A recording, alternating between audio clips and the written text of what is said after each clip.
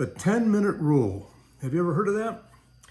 I was looking at a book on time management, and they have different types. There's like a 2-minute and a 5-minute and a 7-minute. Well, I was reading on the 10-minute rule, and I want to talk to you today about that on your morning cup of inspiration. You know, it's interesting because people will tend to procrastinate on something small, and it becomes bigger and bigger throughout the day because you're not getting to it. And by the time you get to it, it's too late, or you don't feel like doing it, then you'll put it off to the next day. So procrastination becomes an issue. So if we can take something and break it down into 10 minutes, just say 10 minutes. If you can do a job in 10 minutes, do it now and not later. That's what the book is basically saying. So you do that. And if you do that, first thing you're doing is getting results. So it's getting you going to continue to do more.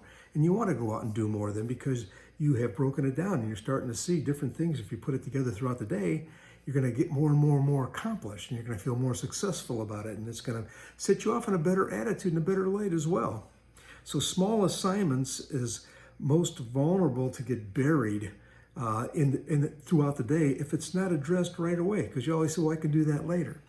So I started looking at that with my prayer life, thinking, okay, why don't we do that first thing in the morning? We talked about this before, but if we can break it down into 10 minutes to start with, we can be that much further ahead in our prayer life and our walk with God. So when I get up in the morning, first thing I do is I go out and I'll pour a cup of coffee and I'll open the doggy door and I'll get the dog food for the dogs. And then I'll get my coffee and I'll go back into the room where I have a chance to be alone with God. And I will do my Bible study at that point. And it doesn't take long. But as I get into it, it can be longer and longer. I've gone on 45 minutes to an hour studying and reading. And it's good because I'm learning and growing in that.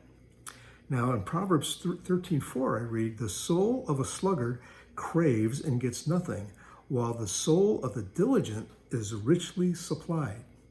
See, God is telling us right there that we're going to be richly supplied when we are diving in, when we are learning.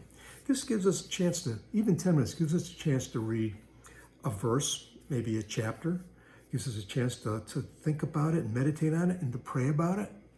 And it can grow from there, but you're just taking that first 10 minutes. Look at the prayer of Jabez. It's only a couple of verses long, but you could dive into that thing for an hour at least or more and just really dig in.